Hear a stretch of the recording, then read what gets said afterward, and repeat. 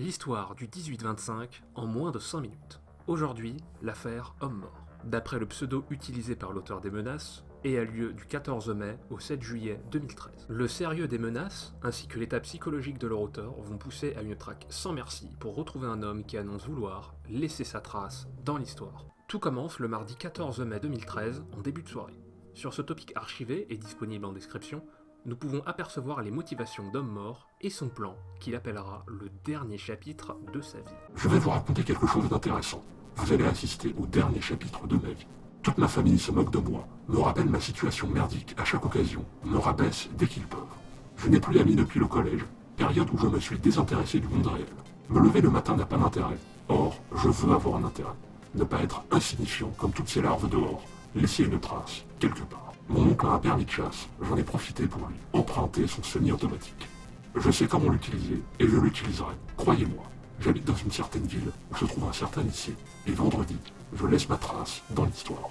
La vie de beaucoup de gens, dont la mienne, finira ce jour-là. Sur le forum, les réactions ne se font pas attendre, et les signalements à la police pleuvent. On y fait mention d'armes, d'établissements scolaires, et d'une personne n'ayant plus rien à perdre. Ça ne peut pas bien se terminer. Du côté des forces de l'ordre, une enquête sera immédiatement lancée pour retrouver cet individu.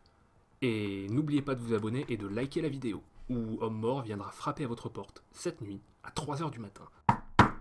Dans un premier temps, la police sera en PLS. Homme-Mort a laissé peu de traces derrière lui. Le topic a été posté depuis un cybercafé de Strasbourg, sous un pseudo et une adresse email créée pour l'occasion. La seule chose qu'il laisse derrière lui sont les images de vidéosurveillance du cybercafé. Des images d'une qualité médiocre qui nous montrent un jeune homme encagoulé. Mis au défi par le forumeur, qui laisse aux forces de l'ordre un délai de 72 heures pour le retrouver, ils vont travailler d'arrache-pied.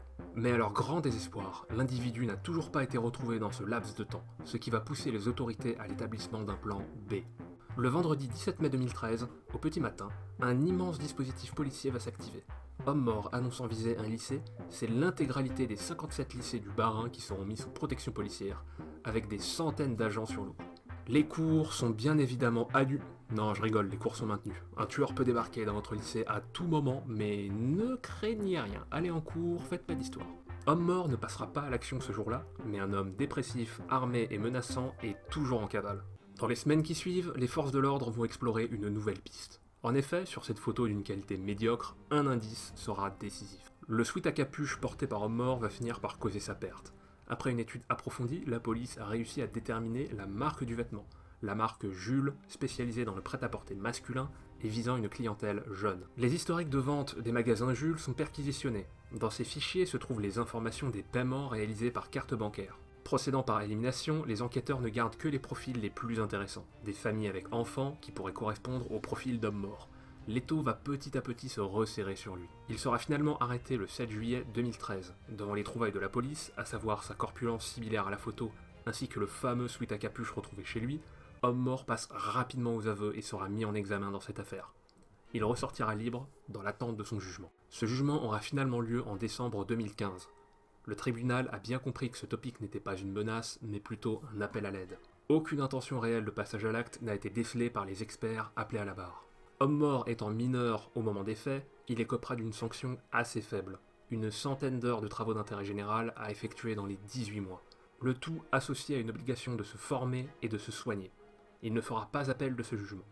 Sur le plan financier, cette affaire aura à l'époque coûté près d'1 million d'euros à la collectivité de Strasbourg. Fin de la vidéo, si vous entendez ça, je vous aime.